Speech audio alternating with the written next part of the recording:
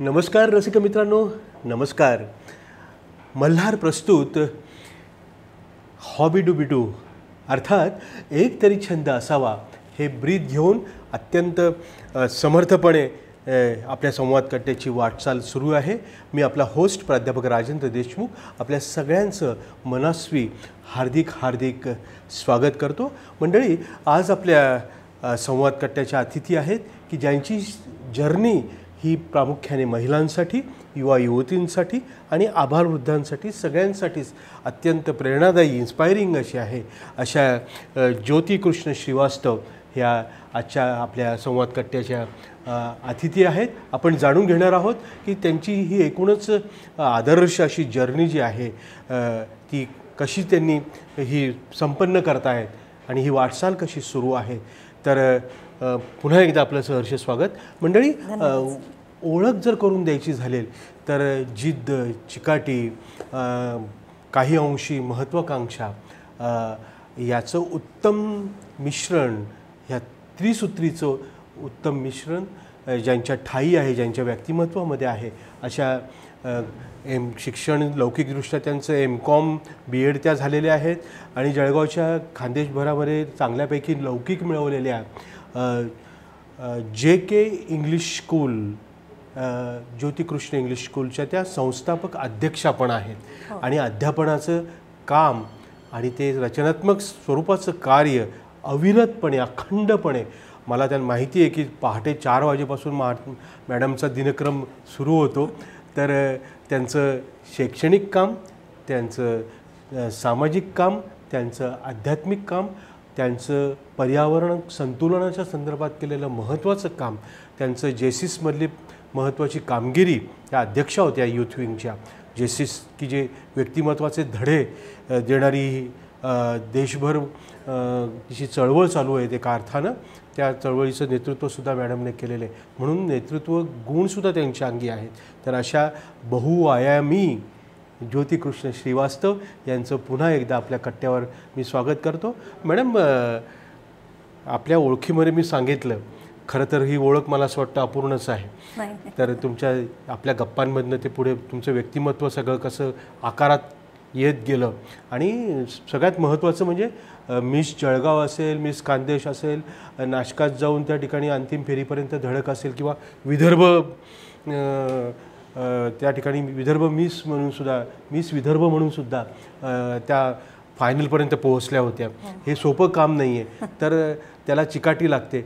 आणि असं म्हणतात की perfect practice makes man perfect. म्हणजे आधी आमच्या काळात म्हणायचो आम्ही की प्रॅक्टिस मेक्स मॅन परफेक्ट, पण सराव आणि सातत्य हे असल्यामुळे ही यशाची गवसणी मॅडमला घालता आलेली आहे. असं म्हणतात की चालण्यासाठी वाट असते, वाटेसाठी चालणं नसतं, आणि उंच भरारी घेणाऱ्याला आभाळाचं ओझं नसतं. तर असंच काहीसं मॅडमच्या बाबतीत घडलेलं आहे. मॅडम, तुमचं अभिनंदन.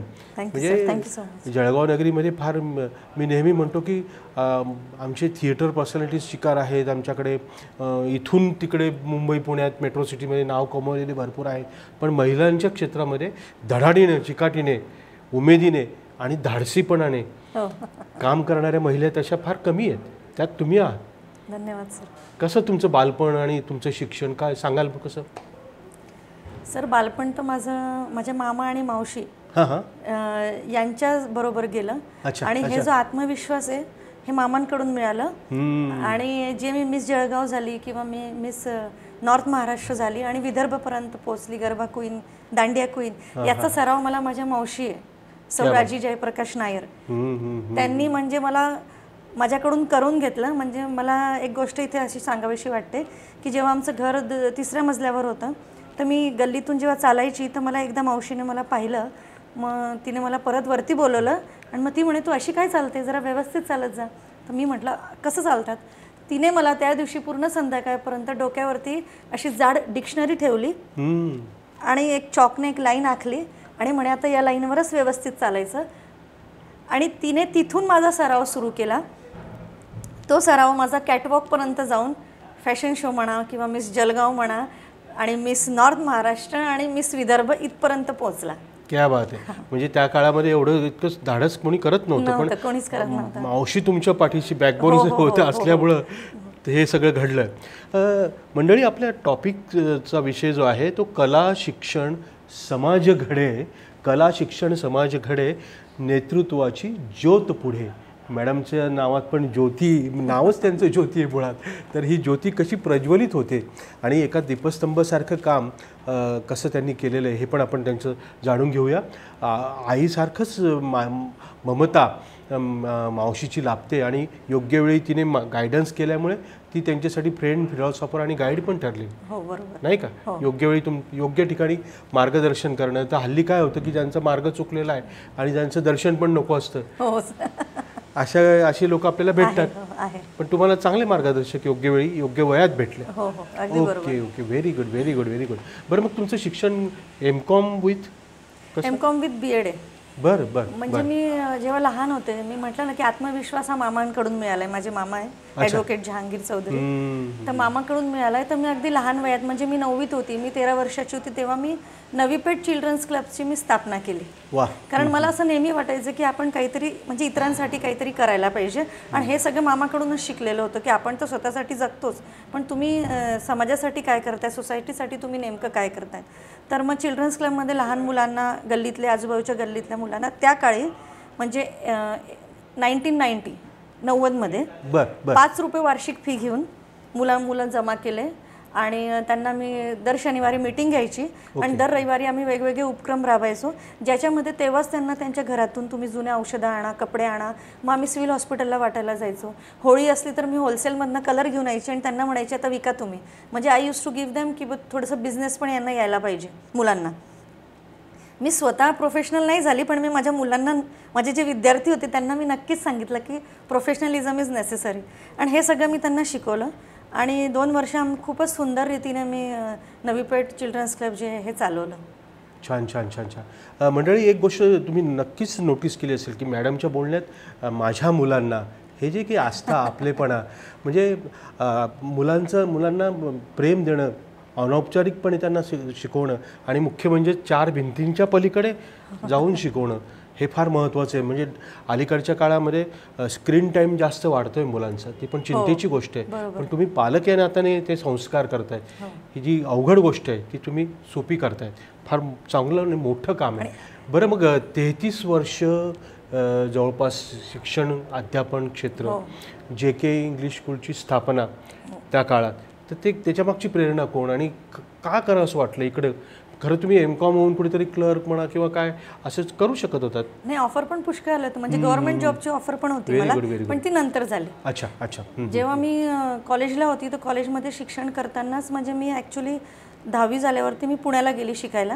मग पुण्याला तिकडे शिकायला गेल्यावरती मी तिकडे, माझी बहीण आणि माझे जिजाजी होते, त्यांच्या प्रेरणेमुळे मी तिथे एक शाळेत लागली आणि तिकडे मला खरं एक खूप मोठा एक्सपिरियन्स मिळाला की त्या शाळेमध्ये त्यांनी ॲट द एज ऑफ, म्हणजे मी फक्त 16 वर्षाची होती आणि त्यांनी मला ॲज अ प्रिन्सिपल म्हणून अक्षरशः अपॉइंट केलं आणि माझी पगार होती 175 रुपये. मला अपॉइंटमेंट लेटर मिळालं आणि त्याच्याबरोबर मला सकाळचा नाश्ता आणि जेवण हे फ्री होतं. मग मी विचार केला की चला खायला प्यायला पण मिळतं आहे आणि त्याचबरोबर 175 रुपये म्हणजे खूप होते त्याकडे.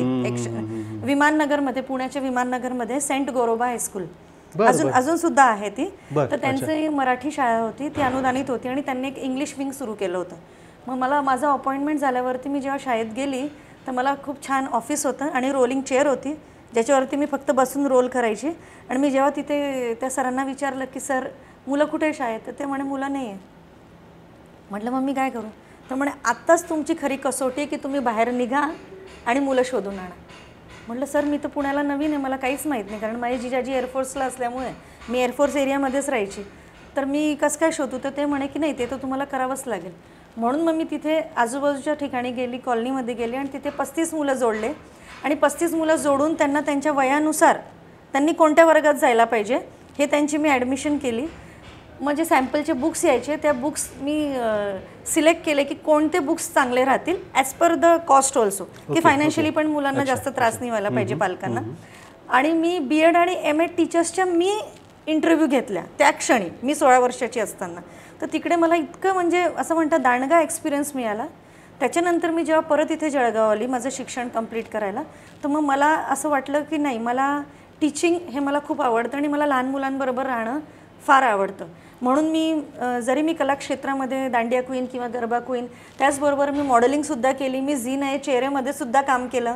मला मॉडेलिंगच्या पण खूप ऑफर आल्या आणि मिस नाशिक झाल्यामुळे मला खूप ॲडव्हर्टाइजमेंटच्या ऑफर आल्या होत्या. अच्छा अच्छा. पण मी विचार केला की असं म्हणजे ही प्रेरणा मला माझ्या आजीकडून मिळाली होती. माझी आजी मी जेव्हा लहान असताना म्हणायची की 4 दिन की चांदनी और बाद में अंधेरा रहता है. तर मला असं वाटायचं की हे जे ग्लॅमरस वर्ल्ड आहे हे फक्त 4 दिवसाचं आहे, मग त्याच्यानंतर काय, व्हॉट नेक्स्ट. तर मला असं वाटायचं की जे रिस्पेक्टफुल आणि एक सिक्युअर्ड जॉब आहे तो टीचिंग आहे आणि मी मुलांबरोबर खूप कम्फर्टेबल फील करते, कारण मी जशी आहे मला तसंच मुलांसमोर राहायचं आहे. I don't have to present myself की मला मेकअपमध्ये तिथे जावं लागेल किंवा असं काही करावं लागेल. म्हणून मी टीचिंग हे फील्ड केली आणि मला लहानपणापासूनच मुलांबरोबर राहणं खेळणं हे आवडायचं. आणि टीचिंग करता करता मला हे लक्षात आलं की teaching is not a profession. Sir, आपण स्वतःसुद्धा एक प्राध्यापक आहे, पण teaching is not a profession, it is a responsibility. की तुम्ही रिस्पॉन्सिबिलिटी जबाबदारी घ्यायला तयार आहे की नाही. आजचा काळ असा झाला आहे की स्वतः पालकसुद्धा आपल्या मुलांची जबाबदारी घेत नाही, ते आमच्यावरती ढकलतात की नाही तुम्ही जबाबदारी घ्या. तर मग अशा काळापासून मी आता टीचिंगमध्ये गेल्यावरती मी इथे जळगावच्या 2-3 शाळेमध्ये काम केलं. अगोदर पुण्याला 1 वर्ष केलं, मग 2 वर्ष मी BM जैन प्रायमरीला केलं, मग मी 2 वर्ष रुस्तमजीला होते, मग मी 8 वर्ष सेंट लॉरेन्सला होते. हे सगळं करता करता या जर्नीमध्येच माझं लग्न झालं. माझे मिस्टर आहे प्राध्यापक कृष्णा श्रीवास्तव, त्यांच्याशी लग्न झालं. ते सध्या SSBT बांबोरीला प्रोफेसर आहे मेकॅनिकल डिपार्टमेंटला. तर ते मला नेहमी सांगायचे की काहीतरी असं कर की आपण आतमधनं स्ट्रॉंग व्हायला पाहिजे. म्हणजे कारण मला वेगवेगळ्या ॲक्टिव्हिटीज करायची सवय होती.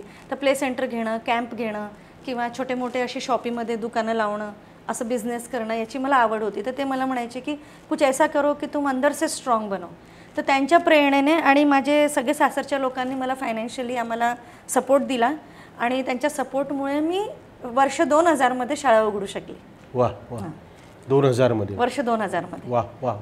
पण म्हणजे आता शाळेचाच विषय निघाला म्हणून मला पटकन आठवलं की तुमचे कल्पकता आणि मुळातच आपलं इंडियन कल्चर जे आहे ते अतिशय रिच आहे. म्हणजे महाराष्ट्रातलीच गोष्ट करायची झाली तर अनेक सणवार आपण साजरे करतो. तर तुमच्या स्कूलमध्ये तुमच्या नेतृत्वाखाली कल्पकतेने अभिनव असे उपक्रम तुम्ही राबवतात. प्रत्येक सण तुम्ही साजरा करतात, कुठलाही जाती धर्म पंथ कुठलाही असो. तर त्याच्याबद्दल काय सांगाल? आता कसं आहे की मुलांना कलात्मक दृष्टी तुमच्याकडे असल्यामुळे हे शक्य आहे. हो हो हो, बरोबर आहे. तर म्हणजे अगदी मुलं आमच्या शाळेत आले ना तर तेव्हापासून जूनपासून त्यांना पर्यावरणाची जाण व्हायला पाहिजे. त्यांना असं समजायला पाहिजे की म्हणजे आम्ही जे इथे जगतोय ते आमच्यावरती ऋण आहे, जगाचं आहे, पूर्ण जगाचं आहे, देशाचं आहे, हे निसर्गाचं आहे. तर आपण त्यांच्यासाठी काय करू शकतो, आपण या सगळ्यांसाठी आपण काय करू शकतो. त्याच्यामधले आपले आईवडील पण येतात, मग आपल्या आजूबाजूचे लोक येतात, आपले सहकारी येतात, आपले टीचर्स आहे, मित्र आहे, मैत्रिणी आहे. म्हणून अक्षरशः म्हणजे जून शाळा सुरू झाली तर आमचा पहिला उपक्रम असायचा त्यावेळेचा की 5 जूनला एन्व्हायरमेंट डे असतं, वर्ल्ड एन्व्हायरमेंट डे. त्यावेळेस मी त्यांना सीड्स कलेक्ट करून आणायचे. म्हणजे हे अविरत चालू आहे, मागील 25 वर्षापासून हे चालू आहे. सीड्स बॉल नाही, फक्त सीड्स आणायला सांगायचे. मग ते निंबोडीचे सीड्स आणायचे, मग आंब्यांचे आणायचे, चिकू आणायचे. मग ते आणल्यानंतर आम्ही ते तिथे शाळेमध्ये कुठेतरी लावून द्यायचो.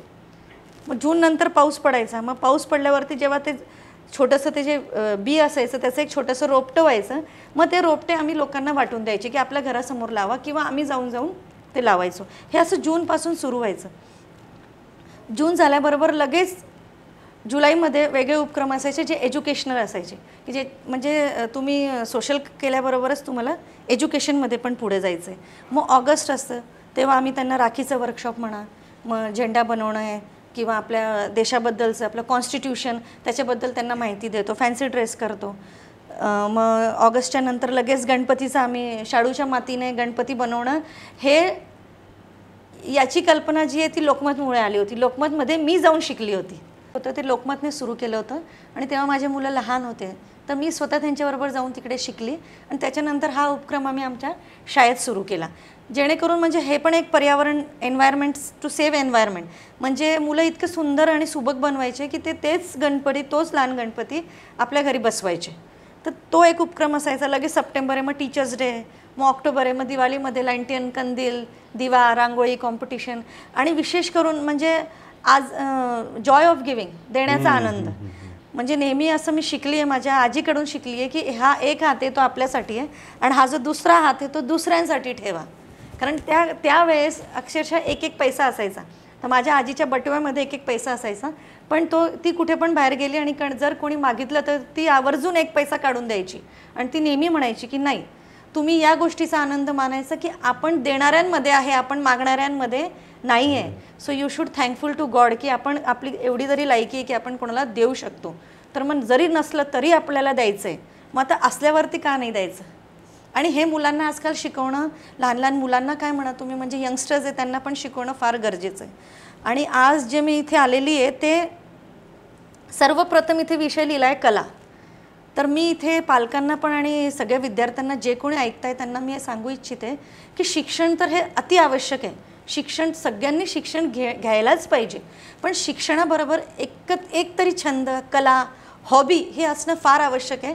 कारण ही हॉबी तुमच्या चांगल्या आणि वाईट वेळेस तुम्हाला खूप कामं येते. जेव्हा आम्ही आनंदी असतो तेव्हा आम्ही आनंदात ती हॉबी करतो, जेव्हा आम्ही दुःखी असतो तर त्या दुःखामध्ये ती आमची आवडती हॉबी आम्हाला एक रिलॅक्सेशन देऊन जाते. म्हणून काहीतरी एक हॉबी पाहिजेच. म्हणून पालकांनी सातत्याने त्यांच्या मागे लागणं आणि स्कोरिंग की नाही 100मधनं 98 पाहिजे, 97 पाहिजे, 99 पाहिजे असं न करतात त्यांना काहीतरी त्यांचं एक हॉबी त्यांना करू द्या. ह्याचा अर्थ असं नाही की लगेच शाळा सुटली की हा क्लास तो क्लास, हा क्लास तो क्लास, असं नाही. त्यांना समजू द्या की त्यांना काय आवडतं, त्यांना काय करायचं, त्यांना कधीतरी त्यांच्या मनासारखं करू द्या. त्यांच्यावरती बर्डन नका टाकू क्लासेसचे. कारण इनडायरेक्टली असं होतं की पालक फीस भरतात, कुठे पण पाठवतात, मग ते एक्सपेक्टेशन्स ठेवतात मुलांकडून की मी तुम्हाला क्लासेसला पाठवलं, मी स्विमिंगला पाठवलं, तुला लगेच 8 दिवसात स्विमिंग यायलाच पाहिजे, तू फुटबॉल व्यवस्थित खेळत नाही, तुला टेबल टेनिस येत नाही आहे, किंवा तू कुकिंगच्या क्लासमध्ये गेली तर कसं काय केक खराब झाला. तर हे practice makes man progress. Nobody is perfect. कोणी पण परफेक्ट नाही आहे आणि कधी पण होऊ शकणार नाही. पण आपण जशी जशी प्रॅक्टिस करत गेलो तर आपण प्रोग्रेस करत जाऊ. पण मग ते प्रॅक्टिस करण्यासाठी आपल्या चुका होतील, आणि चुका त्याच माणसाकडून होतो जो काही करतो. जे काहीच करत नाही त्यांच्याकडून कसं काय चुका होतील. तर हे सगळं पालकांनी पण आणि विद्यार्थ्यांनी पण हे लक्षात घ्यायला पाहिजे की त्यांच्या पण काही चुका होतात आणि पालकांच्या पण होतात. कारण टाळी एका हाताने वाजत नाही. हो, पण माझा मुलगा मला नेहमी सांगतो की चुटकी बजती एक हात से. तर म्हणजे कधी कधी असं सुद्धा होऊ शकतो की कोणी एका व्यक्तीची चूक असते आणि ते दुसऱ्याला त्याचं सहन करावं लागतं. तर या सगळ्या गोष्टी ना हे सगळे शाळेतून शिकायला मिळतात, किंवा जेव्हा ते छंद जोपासतात, इतर मुलांबरोबर राहतात, तर त्यांना समजतं. ते आपले सगळे विचार शेअर करतात, एक दुसऱ्याशी बोलतात. कारण सगळे लोक वेगवेगळ्या एन्व्हायरमेंटमधनं, वेगवेगळ्या बॅकग्राऊंडमधनं येतात, आणि मग आपल्याला कळतं की आपल्याला मुलांशी कसं वागायचं, लोकांशी कसं वागायचं आहे. तर हे मी पालकांना सांगेल की त्यांना एक तरी छंद करू द्या, त्याच्यामधनं त्यांना एक्सपेक्टेशन नका करू त्यांच्याकडून की हे आम्हाला काहीतरी रिझल्ट देतील. तुमचे विचार त्यांच्यावर लादू नका. येस येस, हे सुजाण पालकत्वाचं लक्षण आहे. छान, जे आपण म्हणतो की पॅरेंटिंग प्रॉपर पाहिजे. येस, तर ते चांगला संदेश तुम्ही दिलेला आहे. छान विचार तुम्ही या निमित्ताने व्यक्त केलेले आहेत. आणि इथे मला सांगायला वाटतं सर की हे पॅरेंटिंग कशामुळे झालं माझ्यावरती पण. कारण हे मला लहानपणी आहे ना माझा मामा सांगायचा की काय करायचं तुला कर, तुला काय आवडतंय कर, तुला हे आवडतंय, हां ठीक आहे कर. मग मी म्हणायची नाही पण मला जमत नाही. अरे तू प्रयत्न तर करून पहा, एकदा कर, दोनदा कर, तीनदा कर, चुका होतील पण मग तू शिकेल. तर हे म्हणून मग लोक म्हणतात ना की आता मामा म्हणजे 2 वेळा मामा आहे आणि मासी, तर जी माझी मासी आहे म्हणजे ती आईसारखीच आहे. तर या दोघांचे माझ्यावरती खूप संस्कार आहे आणि त्याच्यामुळेच मी आज इथे बसलेली आहे. तुम्ही मगाशी मेन्शन केलं आणि ते म्हणजे राईटली मेन्शन केलं की हॅबिट्स असल्या पाहिजे आणि हॉबीज पण असल्या पाहिजे. येस. तर हॅबिट्सपैकी आपण रीडिंग हॅबिट्स कल्टिवेट करण्यासाठी अनेक उपक्रम राबवतो. तुम्ही महावाचन घेतात, आम्ही वाचतो ते सगळे पेपर्समधून वगैरे. तर असं म्हटलं जातं की झाडं आपल्याला ऑक्सिजन देतात, म्हणजे श्वास देतात एका अर्थाने, आणि पुस्तकं आपल्याला आत्मविश्वास देतात. त्याचं तुम्ही उत्तम उदाहरण आहात की चांगली पुस्तकं, सकस पुस्तकं वाचल्यामुळे. म्हणजे तुम्ही अनौपचारिकपणे बोलताना विवेकानंदांचा पण उल्लेख केला, APJेंचा उल्लेख केला, नुकतीच आपण जयंती पण. तर ते खास तुमच्याकडनं काय प्रयत्न होतात मुलांना वाचन संस्कृती जोपासण्यासाठी? वाचन संस्कृती त्यांच्यामध्ये जोपासण्यासाठी आम्ही विशेष करून शनिवारी जे असतं आमच्या शाळेमध्ये कंपल्सरी लायब्ररी पिरियड असतो आणि त्या लायब्ररीमध्ये आम्ही त्यांना वाटेल ती पुस्तक तुम्ही घ्या आणि वाचा आणि ते वाचल्यावरती आम्हाला त्याचा रिपोर्ट द्या, फीडबॅक द्या की तुम्हाला त्याच्यातून काय कळलं. कारण पुष्कळ वेळा सगळ्यांचा विचार करण्याची क्षमता वेगळी असते, तर ते आम्ही करतो. आणि त्याचबरोबर डेली म्हणजे अगदी रोज 25 वर्षापासून असेंब्लीमध्ये जेव्हा सकाळी बेल वाजते 8 वाजता बेल वाजते, तर 8 वाजेपासून 10 मिनिटापर्यंत आमच्याकडे डेली भगवद्गीतेचे श्लोक टीचर वाचते, त्याचा त्यांना अर्थ समजवते, त्याच्यानंतर टेबल्स बोलतात आणि एक मुलगा एक मराठीत वाचन करतो, एक पॅरेग्राफ, एक मुलगा किंवा मुलगी हिंदीमध्ये करतात, मोठं नाही 4 किंवा 5 लाईनचा पॅरेग्राफ, आणि एक इंग्लिशमध्ये करतं. त्याच्यामुळे त्यांना काय होतं की प्रत्येक जो समोर उभा आहे त्याला वाटतं की मला कधीतरी तिकडे जायला मिळेल आणि मी केव्हा व्यवस्थित बोलेल. तर त्याच्यामुळे आणि आम्ही असं नाही करत की तुला बोलता येत नाही ना मग तू नको उभा राहू, नाही, उलट ज्याला बोलता येत नाही त्याला आम्ही अगोदर उभं करायला लावतो आणि त्याला कॉन्फिडन्स देतो की बेटा कुछ नहीं होता है, आप बोलिए, आप कोशिश कीजिए, कोशिश करने से सब आता है. और या प्रकारे आम्ही त्यांची वाचनमधली रुची आहे ती आम्ही वाढवतो. खूप सुंदर, खूप सुंदर, वा वा. पण असं नेहमी म्हणतात की बाबा नॉर्मली असं म्हटलं जातं की कर्तृत्ववान पुरुषाच्या मागे स्त्री असते. इथं साक्षात कृष्ण तुमच्यासोबत आहे. बिलकुल, एकदम बरोबर आहे. आपल्या फॅमिली सपोर्टच्या बाबतीत काय सांगाल? फॅमिली सपोर्टमध्ये मी जे शाळा सुरू म्हणजे करू शकली किंवा आजवर जे मी चालवते ते फक्त आणि फक्त माझ्या हस्बंड कृष्णामुळे चालवली. कारण त्यांचा मला फुल सपोर्ट होता.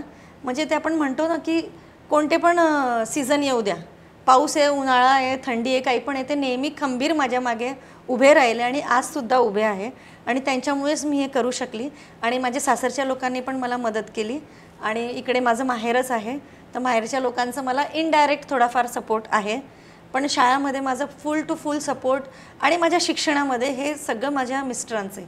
म्हणजे माझं लग्न झालं तेव्हा मी सेकंड इयर BComला होती, तर मी माझं BCom, माझं MCom, इवन माझं MA सुद्धा मी कंप्लीट केलेलं आहे आणि माझं BEd हे सगळं मी माझ्या हस्बंडच्या सपोर्टमुळे आणि त्यांच्या फोर्समुळे की कर अभ्यास कर अभ्यास कर हे करत राहिले. आणि याच्यामध्येच मी शाळा पण चालवली, 2 मुलंसुद्धा झाले. आणि सर मी सध्या LLB पण करते. छान छान, म्हणजे झालेली आहे, माझी पूर्ण LLB झालेली आहे, आता शेवटच्या सेमिस्टरचे विषय राहिलेले. छान, वा. म्हणजे अतिशय मी मगाशी इंट्रोडक्शनमध्ये सांगितलं की इन्स्पायरिंग अशी जर्नी आहे. मित्रांनो, संतनगरी अमळनेर आपल्या जवळ आहे. आपल्या खानदेशी भूमी ही अतिशय पवित्र मांगल्याची अशी भूमी आहे.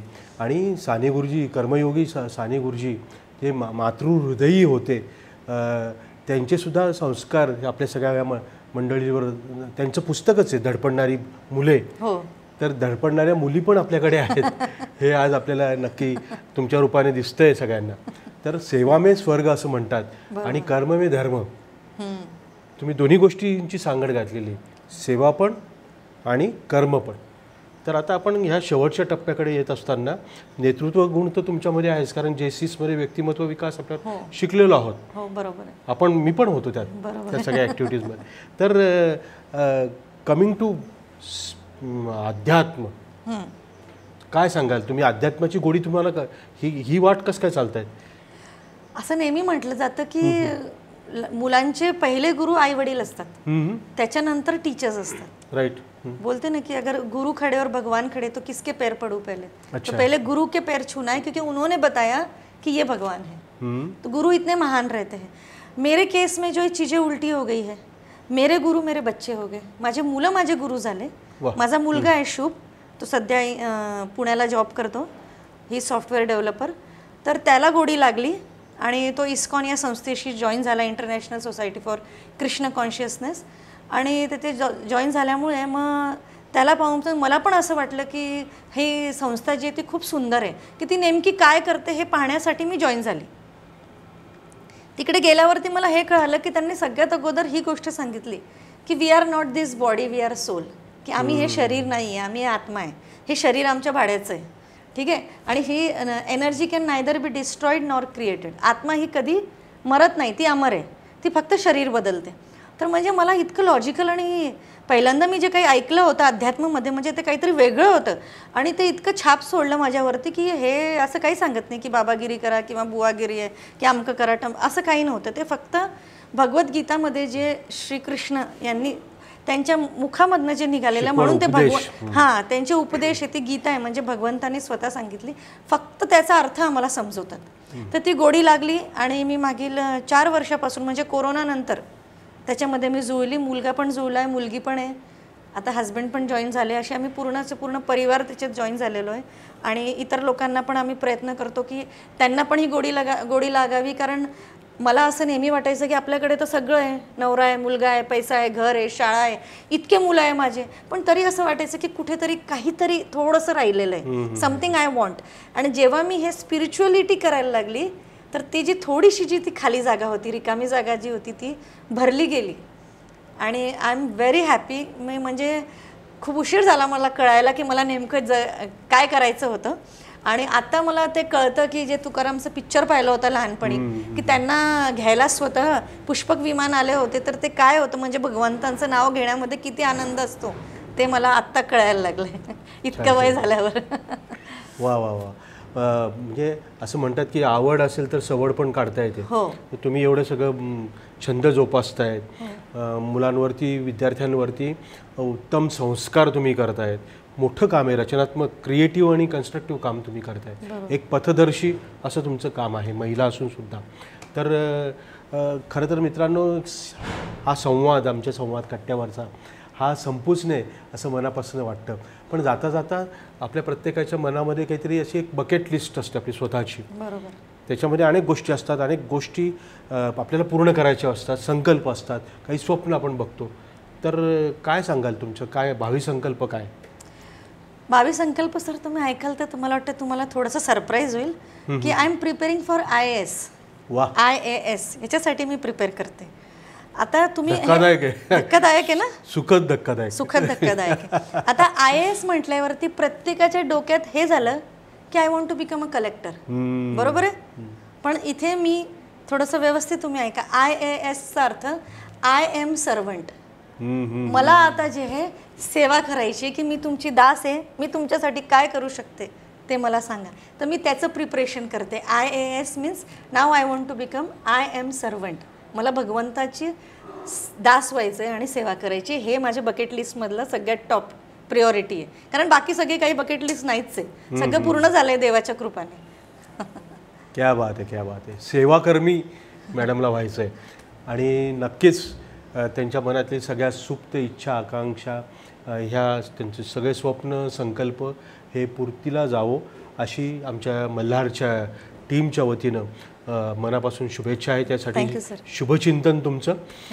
तर आज एका कर्तबगार, कर्तृत्ववान अशा सखीला आपण भेटलो मित्रांनो, आणि छान गप्पा त्यांच्याशी आपण मारलेल्या आहेत आणि त्यातनं सुद्धा उत्तम रचनात्मक स्वरूपाचा संदेश हा तुमच्यापाशी नक्कीच पोहोचला असेल. तर हा कट्टा बघायला विसरू नका, अनेकांना सांगा आणि मॅडमचं जी काही यशोगाथा आहे, ही जर्नी जी आहे ती नक्की बघा. आपल्या सगळ्यांचंही आभार मॅडम, आपलंही पुन्हा मनापासून माझं खूप खूप धन्यवाद की तुम्ही मला इथे बोलवलं आहे ना, आणि मला माझे जे व्ह्यू आहेत ते सगळ्यांपर्यंत पोहोचण्यासाठी जो आहे हा एक खूप चांगला प्लॅटफॉर्म आहे की आपण आपल्या मनातल्या गोष्टी इथे सांगू शकतो. आणि आम्ही जे काही केलेलं आहे समाजासाठी त्याची पावती तुम्ही आम्हाला इथे बोलवून देतात की हो आम्ही काही करतोय. तर I am so thank you sir, thank you so much. Thank you.